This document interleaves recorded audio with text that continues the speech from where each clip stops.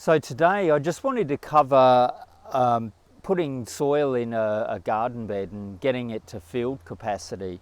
The reason I took this soil out of this area is I just wanted to check for tree roots. We have lots of trees around here, and this is a #1 problem around, well, anywhere with any raised garden bed and growing vegetables. Tree roots get in, make it almost impossible to grow.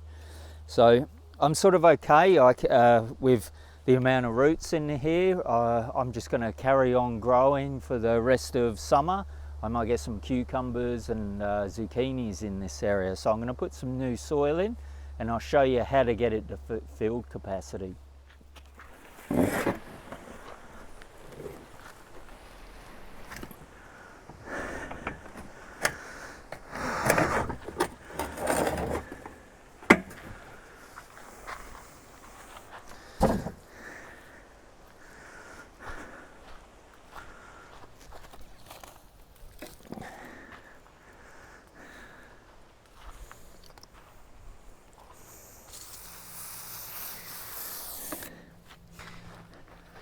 Now, one of the reasons I recommend doing this and really stipulate that it's important to do this is this soil that we make here does have clay in it, and it does have things like biochar and compost.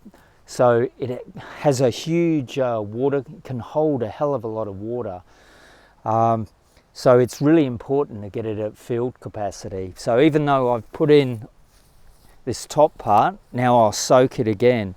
And if you find it's a little dry, or if you're starting a new garden bed, often a way to really get that water in is almost like to massage it in. So you actually mix it in with your hand, or you can put gloves on, or this is a really good way I find to get water repellent soil working. So you don't need wetter soil necessarily, you just actually physically work it in. It takes a bit of work and a bit of effort, but it's much quicker, and you can pretty much, once I've got this soil in, we can put some seedlings in or some seeds.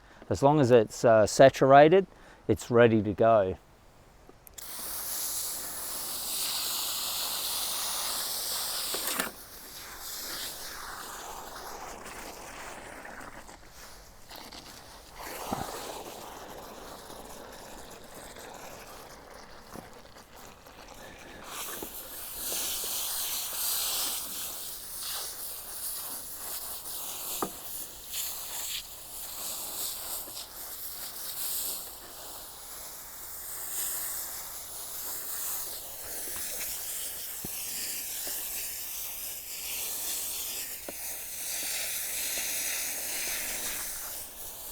So I'm going to leave this on here for say another few minutes or so until I'm happy it's saturated, and then I'm going to mulch. You always have to mulch, especially in summer. Like, I know some customers, they don't like actually putting mulch on. I'm not really sure why. I think maybe it looks a bit untidy and everything, but just the activity of that mulch breaking down into the soil is what keeps your soil fertile. Keeps the sun off it, it keeps the wind off the soil, and it just gives you more depth of fertility where in your soil, where the microbes can thrive. Rather, the way I always look at it, the microbes in the soil need what we need. They need water, shelter, food source, and a habitat to actually exist in. So if it becomes too hard, it gets too hot, then they just all perish. So it sort of doesn't work. Okay, we've got a fresh bed here. I've really thoroughly soaked this. We'll keep soaking it for about another 10 minutes or so the water can really drain right the way through. But now, just to keep that moisture in there and make sure it doesn't evaporate, I'm just going to use pea hay over the top.